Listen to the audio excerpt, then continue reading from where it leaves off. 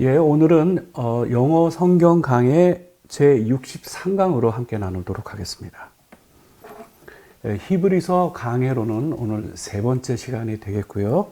지난 9월에부터 8월에 야고보서 강해가 끝났고 9월부터 이제 히브리서 강해로 들어왔습니다. 오늘 10월 그리고 11월 오늘 세 번째 강해가 되겠습니다. 오늘은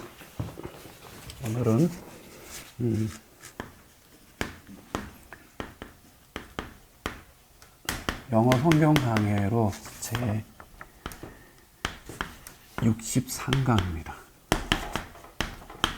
오늘 나눌 강의 제목은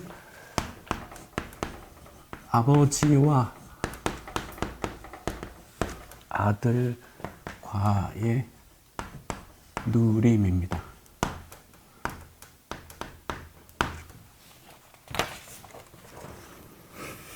예, 오늘 강의 본문이 꽤 많은데요. 이 제목이 나온 본문만 여기 표시하겠습니다. 이 제목은 요한일서 1장 3절과 4절 본문으로 살펴보도록 하겠습니다.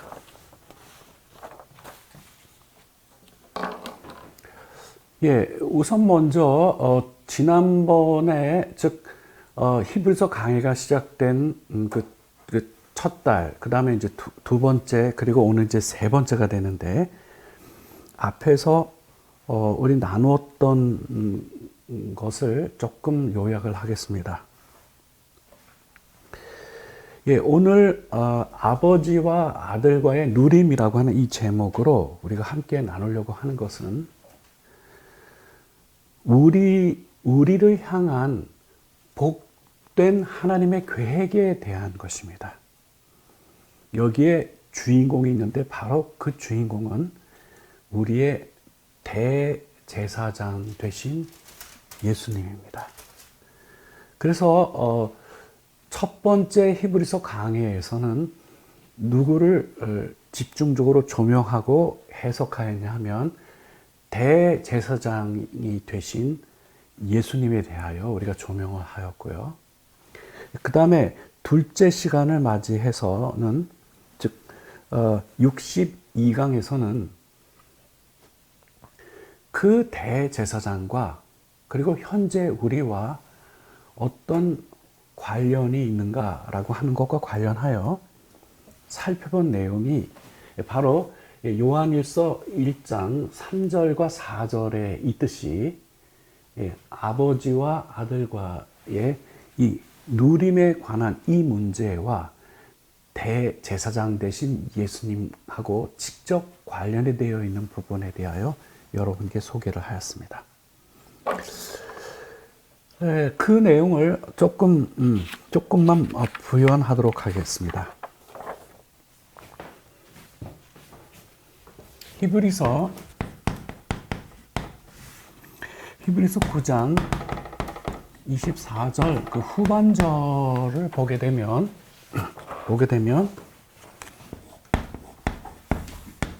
went into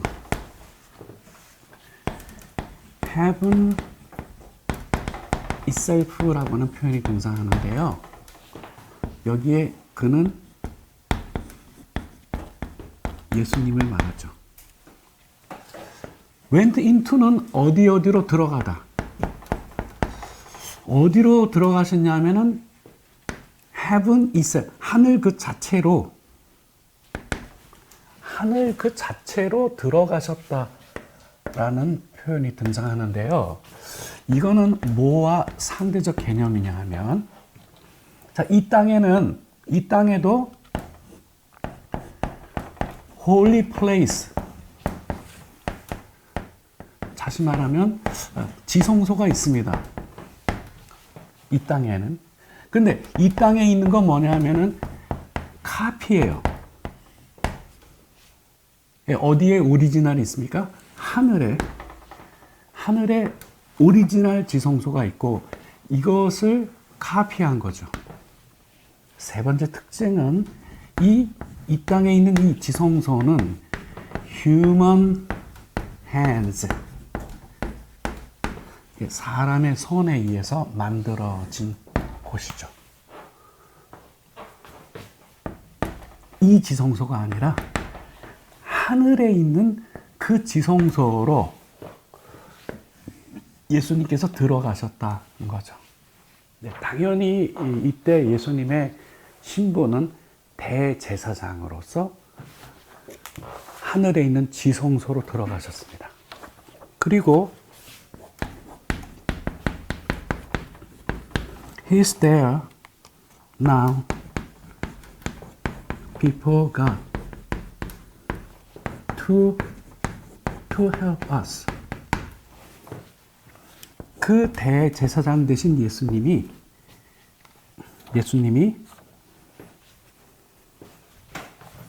이거 잘못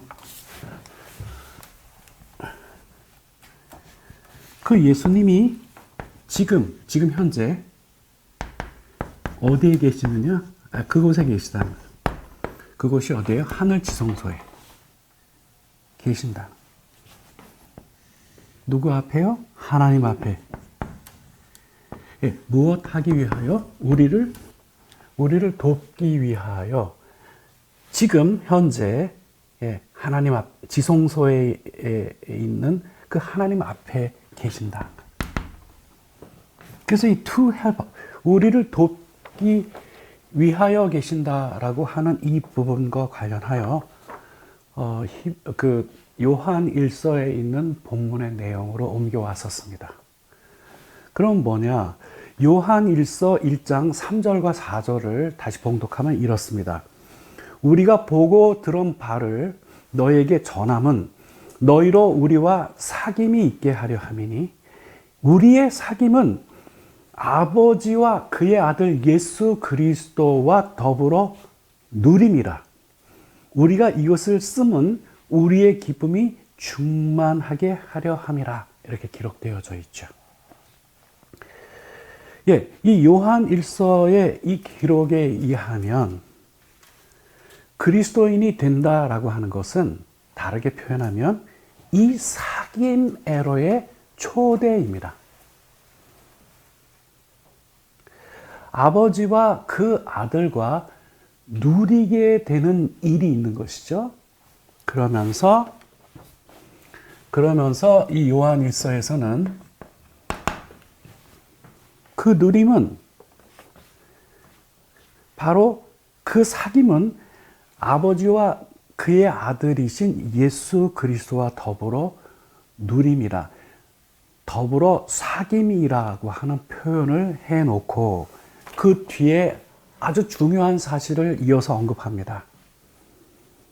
하나님이 그렇게 우리가 사귀게 되는 그분, 그 하나님은 어떠신 분이뇨? 라고 하는 질문으로 옮겨가고 그분에게는 그 어떠한 어둠도 전혀 존재하지 아니하시는 그런 분이다라고 하는 사실을 못 박습니다.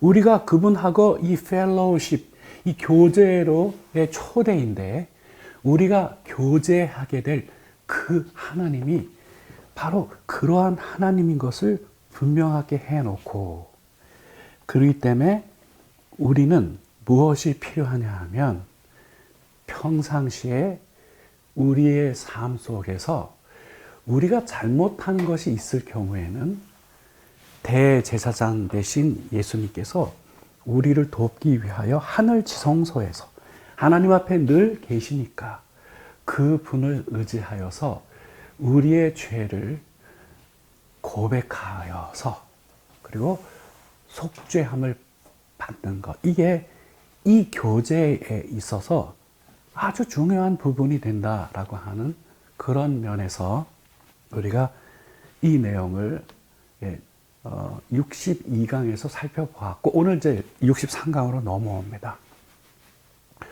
오늘 이 63강에서 해야 될 것은 두 가지를 하려고 하는데요. 첫째, 대제사장에 관한 지금 3편의 시리즈입니다. 예, 61강에서는 예수님이 대제사장 되심에 대한 부분을 살펴보았고, 62강에서는 그 대제사장 되시는 예수님이 하늘 지성소로 가셔서 지금 현재 그곳, 즉 하나님 앞에, 그 지성소에 하나님 앞에 계시는데 우리를 돕기 위하여 계신다. 여러분, 제사장이 돕는 일이 뭡니까? 우리의 죄를 속하는 그 과정을 하기 위해서 존재하는 거잖아요. 예. 그래서 이 대제사장을 의지하여 우리가 하나님과 올바른 이 사귐을 하려면 그를 힘입어서 우리의 죄를 고백하는 것이 아주 중요한 부분이 된다라고 하는 것을 살펴본 후에, 그 다음 이제 세 번째 오늘 와서, 오늘은 뭐냐 하면 바로 이 대제사장 되신 예수님이 이 땅에 계실 때 대제사장으로서 하나님께 기도를 올린 것이 있습니다. 그것이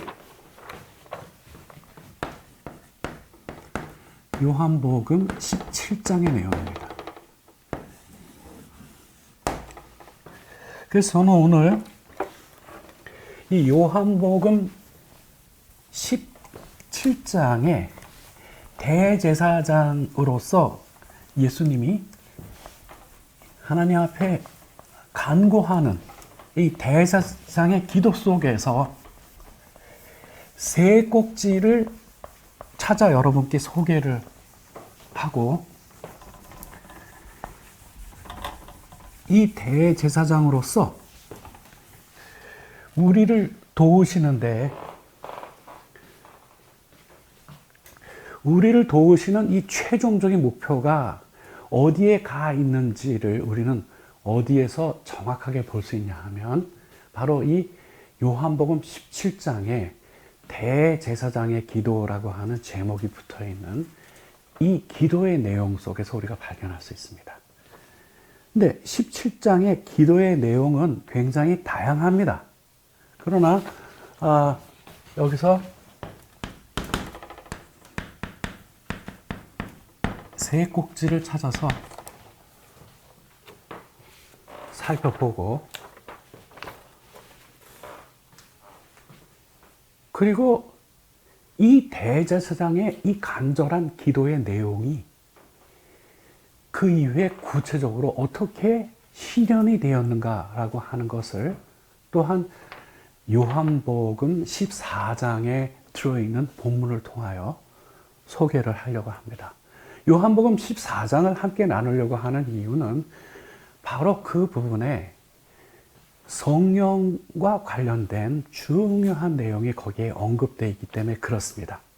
다시 말씀드리면 요한복음 14장을 들여다보면 예수님께서 성령을 통하여 우리에게 5가지를 약속하고 계신 것을 볼 수 있어요. 그래서 후반부에서는 성령을 통하여 예수님께서 우리에게 약속하신 5가지 내용을 우리가 살펴보려고 합니다. 그에 앞서서는 요한복음 17장의 내용으로 가서 대제사장이 하나님께 기도드리는 그 내용을 먼저 살펴보려고 합니다. 자, 이 내용은 시기적으로 보게 되면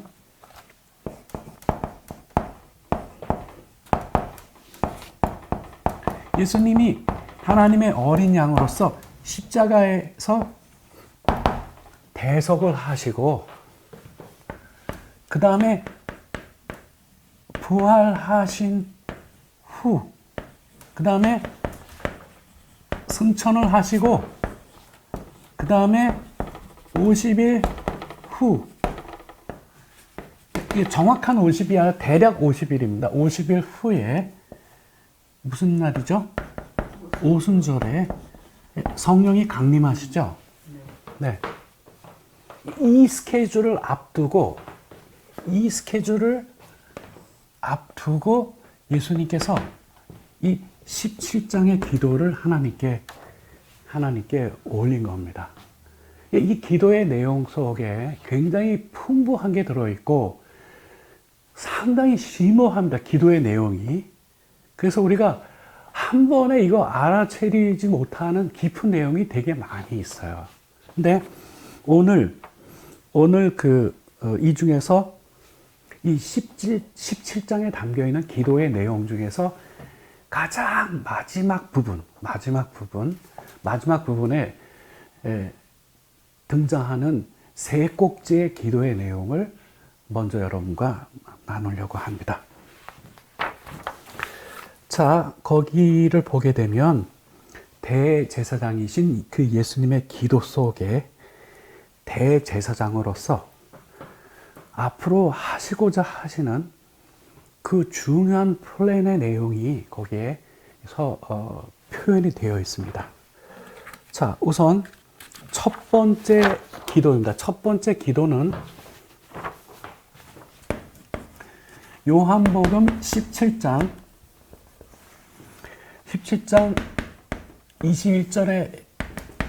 21절에 기록되어 있는데요. 봉독합니다. 아버지여, 아버지께서 내 안에, 내가 아버지 안에 있는 것과 같이 그들도 다 하나 되어 우리 안에 있게 하사 세상으로 아버지께서 나를 보내신 것을 믿게 하옵소서라고 하는 내용이 등장합니다. 자, 이 첫 번째 꼭지의 이 기도의 내용은 뭐냐면은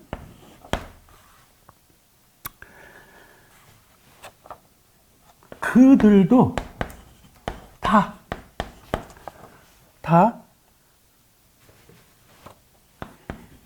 may they be one. 그들도 하나가 되게, 이 기원의 매이거든요. 하옵소서. 그들도 하나가 되게 해달라는 대제사장의 기도입니다. 이렇게 기도하는 이 하나 되게 해달라는 이 기도의 목적이 표시되어 있는 부분이 어디냐 하면 하반절입니다. 세상으로 아버지께서 나를 보내신 것을 믿게 하옵소서라고 하는 거예요. 예. 그러니까 이 세상이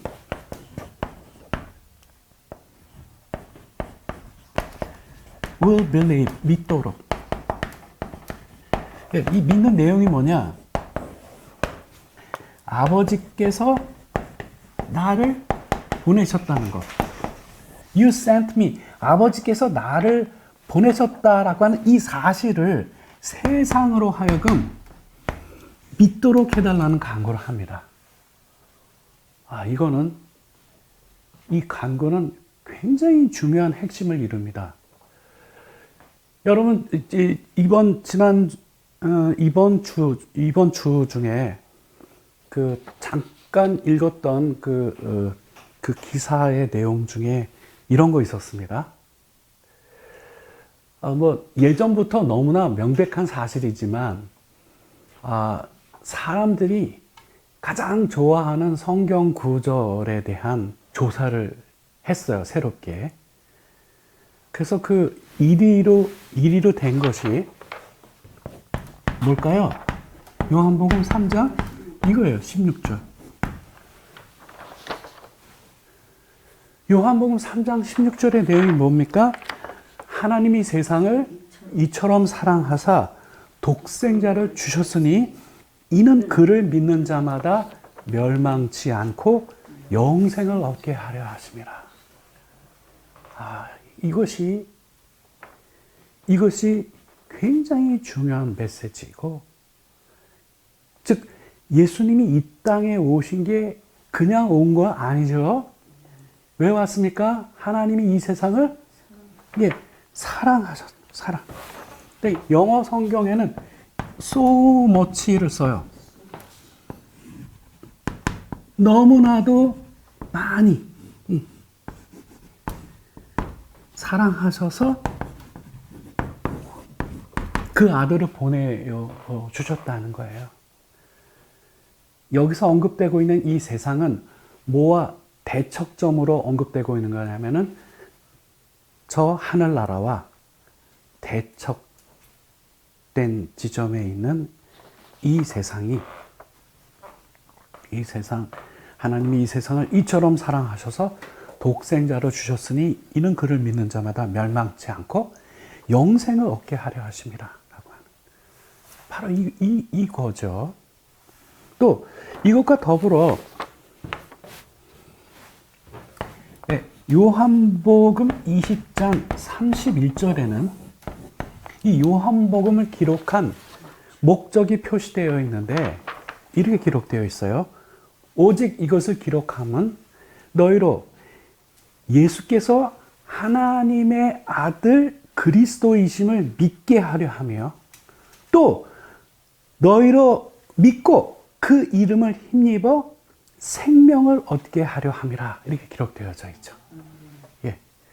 이 첫 번째 이 대제사장의 이 간구는 정말 핵심되는 기도를, 간청을 지금 하고 있는 것을 우리가 확인할 수 있습니다. 그게 첫 번째 기도의 내용이었고요. 이제 두 번째 기도의 내용을 확인하겠습니다. 대제사장으로서 예수님께서 기도하시는 두 번째 내용은 요한복음 17장 22절과 23절로 보겠습니다. 22절, 23절. 방금 전에 첫 번째 기도의 내용은 21절에서 살펴보았고요. 그 다음 그 뒤를 잇는 22, 23을 합쳐서 이 대제사장의 기도의 맨 마지막 부분에 두 번째 꼭지에 해당이 되겠습니다. 22절과 23절입니다. 내게 주신 영광을 내가 그들에게 주었사오니 이는 우리가 하나 된 것 같이 그들도 하나가 되게 하려 함이니이다. 곧 내가 그들 안에 있고 아버지께서 내 안에 계시어 그들로 온전함을 이루어 하나가 되게 하려 함은 아버지께서 나를 보내신 것과 또 나를 사랑하신 것 같이 그들도 사랑하신 것을 세상으로 알게 하려 함이로소이다. 이렇게 되어 있습니다. 첫 번째 언급된 내용을 보면 나는 아버지와 나는 그들에게 아버지께서 나에게 주셨던 것과 the same glory, 똑같은 영광을 그들에게 주었나이다. 우리가 이 예수님으로부터 받은 이 영광은 무슨 영광인가? 이 세상이 창조하기도 전에 아버지께서 그 아들에게 베푼 바로 그 영광과 the same glory, 같은 영광을 주신 거예요. 우리가 그 얼마나 복된 자리에 세워져 있는지 우리가 이 말씀을 통해서 깨달아야 할 것입니다. 근데 그런 영광을 그들에게 주었는데 이 목적이 있어요. 목적은 아버지하고 내가 하나인 것과 똑같이 그들도 하나 되게 하려 함이라고 예수님 말씀하셨어요. 그리고 그거에 대하여 구체적으로 설명을 하기를, 이 하나 된다라고 하는 것에 대한 구체적 설명이 어떻게 나오냐면 내가, 즉 예수님이 그들 안에 있고 아버지는 내 안에 있습니다. 그래서 그들이, 그렇게 되면 그들은 완전히 하나를 이룹니다. 이 두 번째 기도 꼭지는 요한복음 17장 22절, 23절에 이 두 번째 이 기도는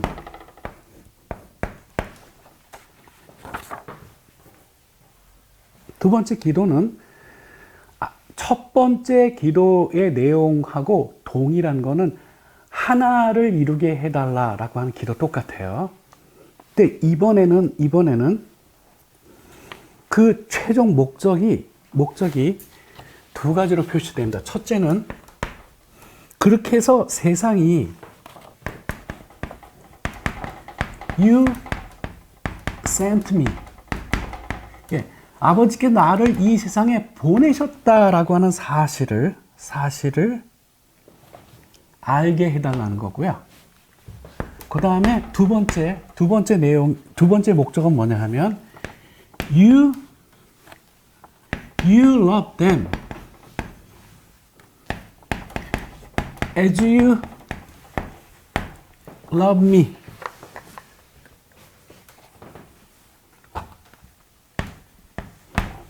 자, 보세요. 당신께서 나를 사랑하신 것과 같이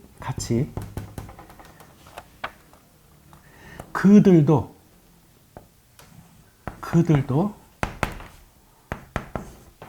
사랑한다는 이 사실을 그들이 알게 해 주옵소서예요. 여러분, 우리가 어떤 사랑을 받는 거냐? 아버지께서 그 아들을 사랑하셨던 거와 똑같은 사랑을 우리가 받는 거예요. 그러기 위해서 하나 되게 해달라, 온전한 하나를 이루게 해달라고 하는 이 간구를 합니다. 미리 말씀드릴 것은 이 대제사장의 기도는 어느 장면에서 이게 구체적으로 성취가 되냐 하면 오순절날 성령의 강림을 통해서 이게 성취가 됩니다.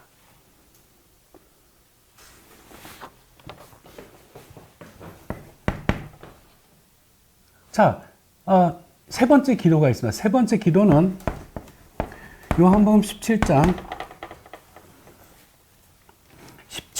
24절로 보겠습니다. 17장 24절은 아버지여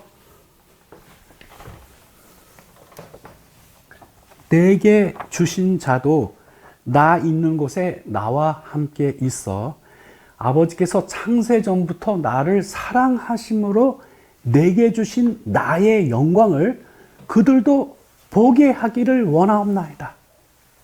얼마나 놀라운 기도입니까? 이거를 영어 버전으로 풀어서 정리하여 소개하면 이렇습니다. 아버지여, 당신께서 그들을 나에게 주셨나이다. 나는 그들이 나 있는 곳에 나와 함께 있기를 원합니다. 왜 이렇게 원하느냐?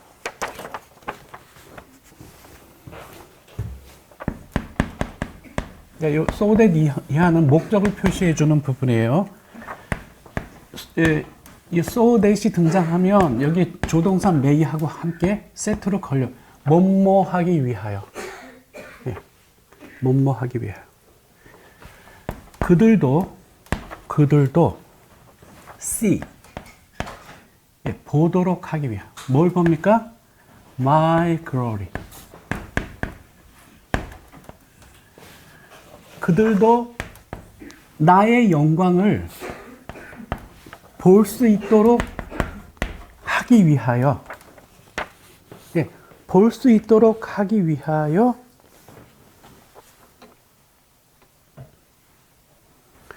아버지께서 나에게 주신 그들도 나 있는 곳에 그들도 함께 있게 해달라는 기도를 하는 거죠. 그렇죠? 그 기도의 목적이 뭐예요? 이 아들의 영광인데 이 영광이 어떤 영광이냐? The glory you gave me. 아버지께서 나에게 주셨던 그 영광. 창세전에 아버지께서 그 아들에게 주셨던 영광이 있어요. 그게 예수님의 영광이에요. 이 영광을 그들도, 하나님께서 나에게 주신 그들도 나 있는 곳에 함께 있도록 하셔서 그 그들도 이 영광을 볼 수 있게 해달라는 기도를 하는 거죠. 오케이? 이게 두 번째 기도의 내용입니다. 자, 이거를 요약해서 정리하면 이렇습니다. 아버지여, 나에게 주신 그들도 나 있는 곳에 나와 함께 있게 하옵소서. 이는 창세전에 아버지께서 나를 사랑하셔서 나에게 주셨던 바로 그 영광을 그들도 보기를 원하나이다. 단순히 보는 건가요? 영원히 함께 그 영광을 누리기를 원하는 것이죠. 여기에서 예수님은 대제사장으로서 이 기도를 아버지께 올리는데, 달리 표현하면 이 기도는 창세전에 누렸던 당신의 영광으로의 초대예요. 우리에게 약속되어 있는 이 영광이라고 하는 것은 말로 설명할 수 없는 영광이죠. 네, 아버지께서 그 아들에게 주셨던 바로 그 영광으로의 초대이기 때문에 그렇습니다. 자, 근데 여기까지가 세 가지 기도의 내용이 이제 전개된 겁니다. 자, 이거를 잠깐 전체적으로 세 기도의 내용을 이제 종합 정리를 하고 이제 후반부로 넘어가겠다. 후반부는 그 대제사장으로 올린 이 세 가지의 기도의 제목이 구체적으로 언제 이루어지기 시작하냐면 성령의 강림 후에 성령을 통하여 우리에게 이루어지기 시작합니다. 자, 방금 전에 예수님, 대제사장이 되신 예수님의 세 가지 중요한 간구는 다음과 같습니다. 첫 번째 기도는 하나 되게 해달라는 간구였는데, 그렇게 간구하는 이유는 이 세상이 하나님께서 그 아들을 보내주셨음을 믿도록 구하고 있습니다. 그렇죠? 왜 그렇죠? 하나님이 세상을 이처럼 사랑하사 독생자를 주신 것이죠.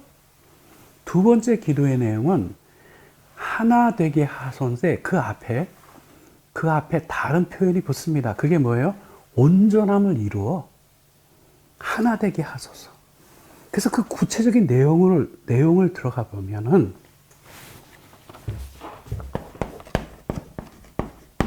예수님은 누구 안에요? 아버지 안에. 네. 예수님은 아버지 안에. 그리고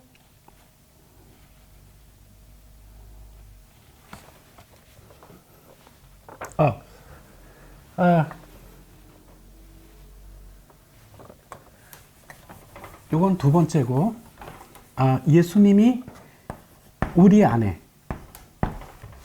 그리고 아버지는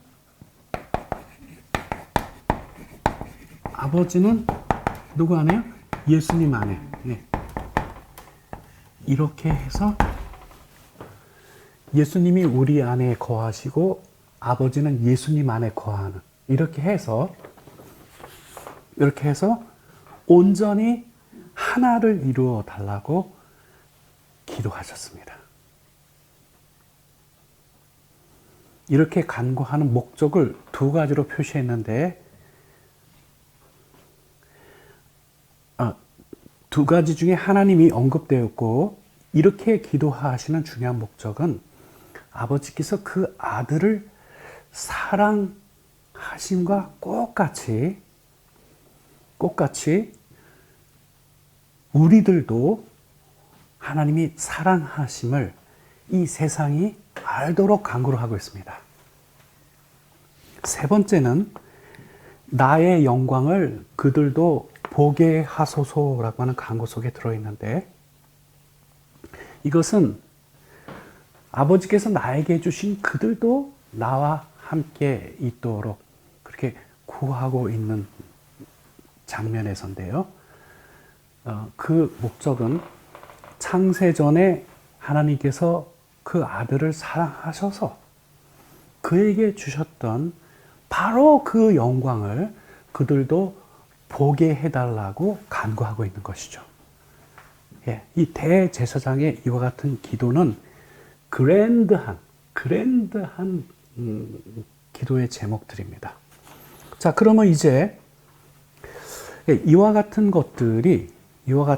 이 기도가 언제 이 성취가 되었는가라고 하는 부분을 우리가 확인할 필요가 있습니다. 결론적으로 말씀드리면 성령의 강림 후에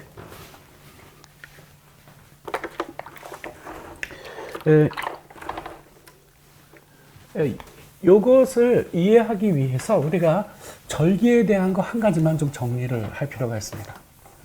유월절과 그리고 오순절에 대한 건데요. 성경은 예수님의 부활을 첫 열매라고 하는 표현을 씁니다. 첫 열매 되신다. 첫 열매라는 그 표현을 쓰는데, 이 절기와 관련된 부분을 잠깐 좀 설명드리겠습니다. 여러분, 6월절이 되면은 보리 수확을 합니다. 그리고 보리를 수확을 해서 그 중에 이 보리의 첫 이삭을 제사장에게 가져다 주면, 제사장은 제사장께 드리죠. 이 보리의 첫 이삭을. 그리고 이 시기로부터 대략 50일 후가 무슨 절이냐 하면 오순절입니다. 오순절. 그러니까 보리의 첫 이삭을 제사장께 바친 바로 그 날부터 대략 50일 후에 오순절이 와요. 이때 성령께서 강림하셨죠. 그리고 고린도전서 15장 20절에 보면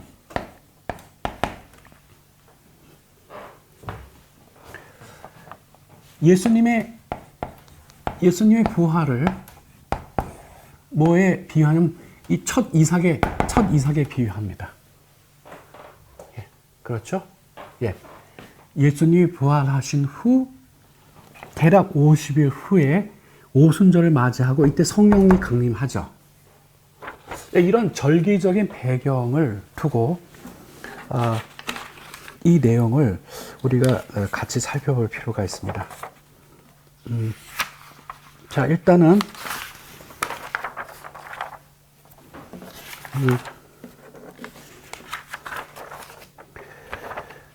방금 전에 우리가 함께 나누었던 기도의 세 가지 내용은 요한복음 17장에 들어있는 내용이고요. 이제 여기부터는 요한복음 14장으로 가서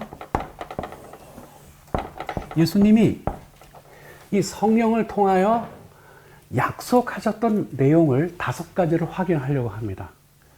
약속하셨던 이 5가지의 내용과 그리고 그거는 당연히 성령의 강림으로 말미암아 성취가 되죠. 그리고 이 약속의 내용들은 결국 보면 우리가 앞에 살펴봤듯이 이 요한복음 17장의 대제사장의 기도 속에 들어있는 간구의 내용이 성령의 강림을 통하여 성취되는 걸 볼 수 있습니다. 물론 이 성취라고 하는 것이 2가지의 내용으로 우리가 이해를 할 수 있어요. 하나는 이미 이루어진 성취의 내용이 있고, 아직 이루어지지 않은 것이 남아 있는 거죠. 예. 그러니까 성령께서 강림하심으로 이 역사는 성령께서 강림하심으로 이 대제사장의 이 기도와 간구의 내용이 이미 성취되기 시작을 하였고, 시간적으로는 제한적인 성격 속에서 이미 이루어지기 시작하였고요. 그리고 궁극적인 성취, 영원한 성취는 나중에 장차 이루어지는 것이죠. 그래서 우리는 이미 궁극적으로 성취될 그 내용을, 그 복을 이 땅에서 이미 우리가 누리며 살아가고 있다라고 하는 사실을 우리가 알아야 돼요. 예. 자, 여기서 일단 성령을 통하여 예수님께서 우리에게 약속하신 5가지 내용을 좀 확인하겠습니다. 이 첫 번째는 요한복음 14장 15절과 16절을 통해서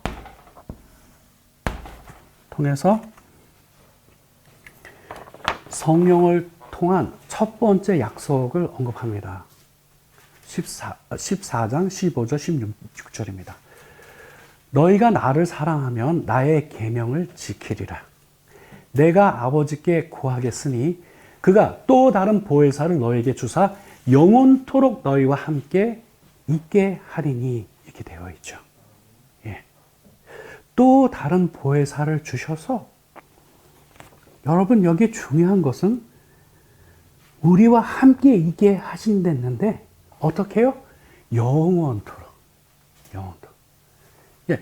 성령의 이 강림이라고 하는 것은 예수님께서 다시 재림하실 그 시점까지만이 아니에요. 영원히 함께 하시는 거예요. 예, 그 이유는 이 성령의 이와 같은 역사와 관련하여 아주 유명한 신학자가 한 분이 있습니다. 영국 성공회인데요. 성공회에도 복음주의적인 학자들이 있어요. 영국의 가장 유명한 교구가 더럼이라고 하는 이 교구인데, 성공회라고 하는 것은 최고의 감독으로부터 시작해갖고 하이라키식으로 이렇게 내려가기 때문에 최고의 교구의 감독이라고 하는 것은 그 성공회에서 최고의 권위를 갖고 있는 성직자예요. 이 더럼의 교구장을 하였던 핸들리 C.G. 몰이라고 하는 학자가 있어요. 이 학자가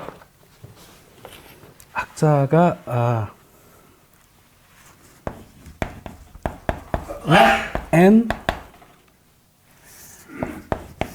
person and work of the Holy Spirit이라고 하는 이 책을 집필하였는데, 이 성령론 분야에서 아주 유명한 책으로 형성이 됐습니다.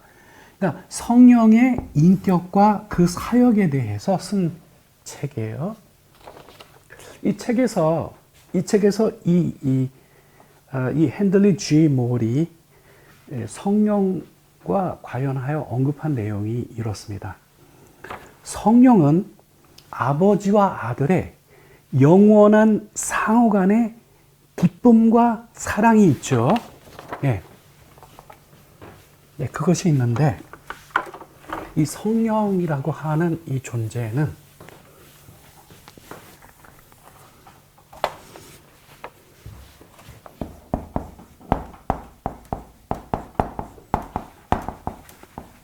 결과이고, 영원한 그 사랑과 기쁨의 결과이고 본드. 이 본드라고 하는 거는 이어주는 끈이죠. 이어주는 끈이요.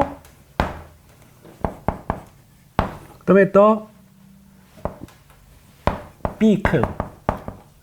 이거는 통로라는 뜻이에요. 통로. 통로가 되신다. 그러면 여러분, 아버지와 아들과의 누림이잖아요.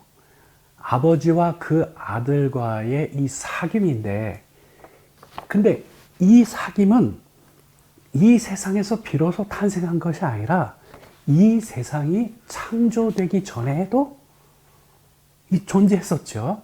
예. 그리고 결국은 우리는 그 영광의로의 초대거든요. 거기서 그 아버지와 아들 간에 영원한 그 상호 간의 사랑과 기쁨의 관계가 있었는데 그 관계의 결과이고 끈이며 통로가 되신다. 그와 같은 역할을 하셨다는 거예요. 그러므로 장차 우리가 저 세상에 가면 영원한 누림과 교제로 들어가죠. 역시 그 영원한 세상 속에서도 아버지와 아들과 우리의 이 사랑과 그리고 이 기쁨의 교통이라고 하는 것은 반드시 이 성령의 이와 같은 역사가 영원하게 함께 있는 것이죠. 네, 그래서 이 첫 번째 약속의 이 내용, 또 다른 보혜사를 보내주실 것인데, 그는 영원토록 너희와 함께 할 것이다. 이 약속에 다 들어있습니다. 다 들어있어요. 자, 두 번째는, 네, 두 번째는 요한복음 14장 17절에 들어있는데요. 네, 봉독하면 이렇습니다. 그는 진리의 영이라 세상은 능히 그를 받지 못하나니 이는 그를 보지도 못하고 알지도 못함이라. 그러나 너희는 다르다. 너희는 그를 아는데 그는 너희와 함께 거하시며 또 너희 속에 계시겠습니다. 이렇게 되어 있죠. 예, 그 또 다른 보혜사를 보내주면 그 보혜사가 영원히 함께 하시는데, 예, 영원히 함께 하시는데 너희와 함께 머무실 뿐만 아니라 어디에? 너희 안에도 계실 것이다. 네, 이 복된 약속을 예수님은 미리 언급하고 있죠. 예, 성령을 통한 이 약속을 두 번째로 하고 계신 거예요. 자, 그럼 세 번째는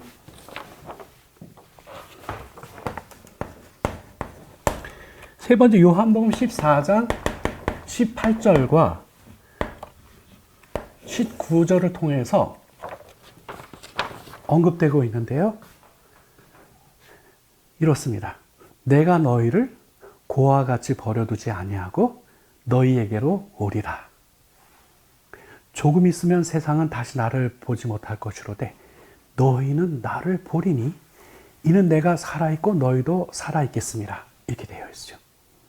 고와 같이 내버려 두지 아니하고 내가 너희에게로 다시 오리라.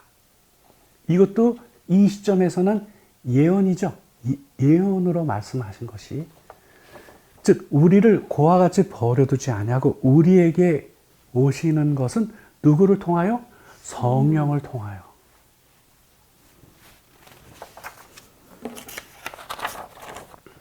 그리고 이제 네 번째 약속은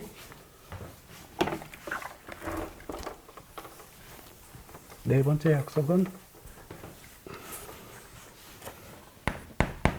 번째 promise of the Holy Spirit인데요. 네 번째 약속은 요한복음 14장 20절에 기록이 되어 있습니다. 그날에는 내가 아버지 안에, 너희가 내 안에, 내가 너희 안에 있는 것을 너희가 알리라. 여러분 아까 대제사장의 기도 아시죠? 하나 되게 해달라는, 온전히 하나 되게 해달라는 그 약속은, 그 간구는 바로 요한복음 14장 그래서 성취되죠. 그날이 무슨 날입니까? 성령께서 강림하시면 내가 예수님은 누구 안에요? 아버지 안에. 너희는 내 안에. 나는 너희 안에. 이렇게 온전히 하나가 될 것을 너희가 알리라 라고 되어 있죠. 그렇죠. 예. 자, 이제 다섯 번째가 있습니다. 지금 우리는 대제사장 되신 예수님의 이 기도에 대하여 살피고 이 기도가 성령의 강림을 통하여 어떻게 성취되었는지를 좀 확인하고 있습니다. 이제 다섯 번째 이 기도는 요한복음 14장 21절에 표현이 되어 있는데요. 이렇습니다. 나의 계명을 지키는 자라야 나를 사랑하는 자니 나를 사랑하는 자는 내 아버지께 사랑을 받을 것이요 나도 그들을 사랑하여 그에게 나를 나타내리라. 이렇게 되어 있어요. 이거는요. 예수님의 임재에 대한 약속이에요. 오케이? 예. 근데 여러분 여기에 출발점이 뭐냐면 나의 계명을 지키는 자야 나를 사랑하는 자니 이렇게 말씀하시고 그렇게 나를 사랑하는 자는 첫째 아버지의 사랑 받을 거고 나도 그를 사랑하여 그에게 나를 어떻게 해요? 나타내리라. 예. 이 예수님의 임재에 대한 약속이죠. 이것도 누구를 통하여 이루어지나요? 성령을 통하여 우리 가운데 이루어지는 거예요. 이게 다섯 번째 성령을 통하여 이루어지는 성취에 대한 것입니다. 자, 근데 여기서 중요한 핵심 구절은 I too love them and reveal myself to them. 여러분 여기에 그들은 누구냐 하면은 예수님을 사랑해서 예수님의 계명을 지키는 자들이죠. 예. 그러면 나도 또한 그들을 사랑해서 그들에게 내 자신을 나타내리라. 이게 그 얼마나 소중한 약속인지 몰라요. 여러분, 우리가 이 세상 살아가는 동안 예수님은 결코 멀리 계시지 않습니다. 예, 우리와 함께 계시고 언제라도 우리에게 자신을 나타내 보이시는 분이에요. 중요한 조건이 전제되어 있죠. 나의 계명을 지키는 자라야 나를 사랑하는 자니. 예, 이렇게 예수님 사랑하는 자는 아버지의 사랑은 당연히 받을 거고 예수님 나도 그를 사랑하여 내가 내 자신을 그에게 나타내리라고 하는 이 약속이 있는 것이죠. 예. 여러분 여기에 여러 가지 해석이 필요하고 특히 간증이 필요한 그런 분야인데 저는 구체적인 사건을 말하지는 않겠습니다. 그러나 주님이 우리의 삶에 실제로 임재하게 되면 그거는 놀라운 일이 우리 가운데 발생하는 겁니다. 왜? 여러분 여기에 핵심은 이겁니다. 다른 사람은 몰라요. 예수님은 바로 자신이 아는 방식으로 우리 자신이 아는 방식으로 우리에게 자신을 나타내 보이시거든요.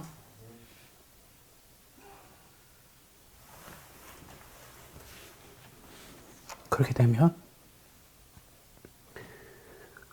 어쩌면 예수님이 이렇게 섬세하게 나를 돌보고 계실 수가 있을까, 이렇게.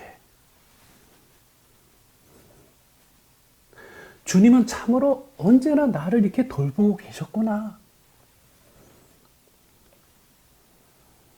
그렇게 되면 주님이 전부가 됩니다. 주님이 나의 전부가 돼. 나를 완전히 점령하시죠. 그래서 주님은 형용할 수 없는 방법으로 우리를 놀래키십니다. 왜?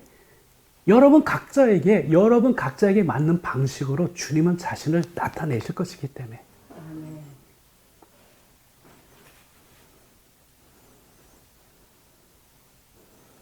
주님은 정말로 우리와 함께 하십니다.